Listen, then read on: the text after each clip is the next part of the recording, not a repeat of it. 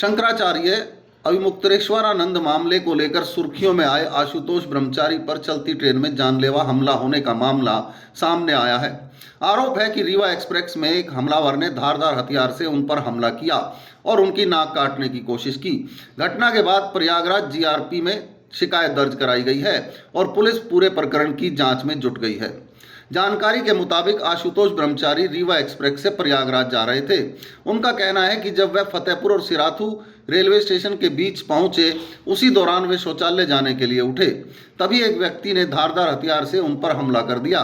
हमलावर ने उनकी नाक पर वार करने की कोशिश की, जिससे उन्हें कई जगह चोट आई। अचानक हुए इस हमले से ट्रेन के डब्बे में भी अफरा तफरी मच गई। आशुतोष ब्रह्मचारी का दावा है कि उन्होंने हमलावर का सामना किया और किसी तरह अपनी जान बचाई।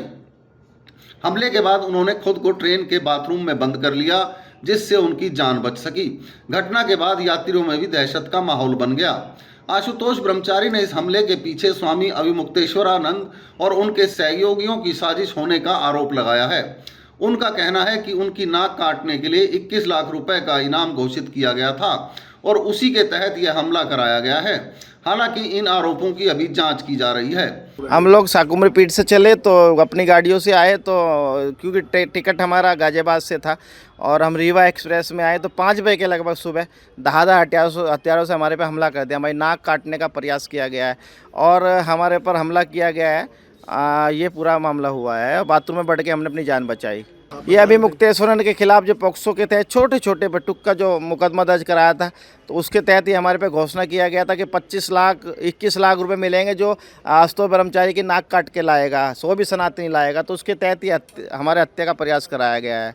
हाँ, मैंने इलाहाबाद में FIR दर्ज कराई है। किन लोगों के खिलाफ? अविमुक्तेश्वरानंद, मुकुंदानंद, अरविंद और प्रकाश और दिनेश शर्मा। हम प्रयागराज आ रहे थे और गाजियाबाद से हम बैठे थे, यहाँ पैरवी करने के लिए आए थे हम लोग। माननीय न्यायालय में एविडेंस दाखिल करना था। हाँ, पूरा मुकदमा वापसी कराने का दबाव वो चाहता है कि मैं मर जाऊं और वो एविडेंस जो पेन ड्राइव है वो मैं न्यायालय तक ना जाने दे।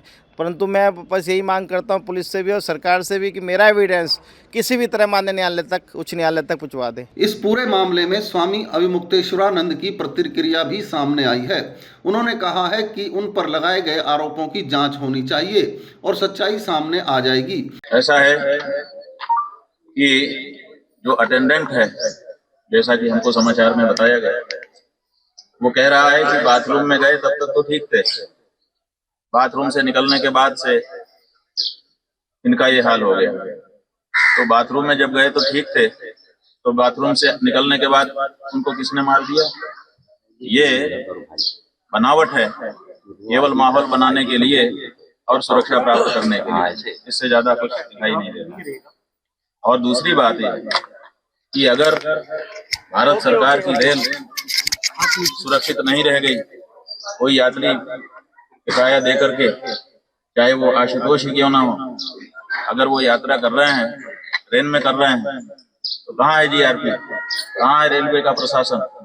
वैसे किसी यात्री के ऊपर हमला हो जाता है। ये तो सुरक्षित जगह मानी जाती है, उन जगहों पर भी अगर किसी के ऊपर सुरक्षा में ब्रीच हो जाती है, हमला हो जाता है, कुटिल हो जाता है वो व्यक्ति, तो ये तो हमको समझ में नहीं आता है। उसका जवाब रेलवे प्रशासन को देना चाहिए।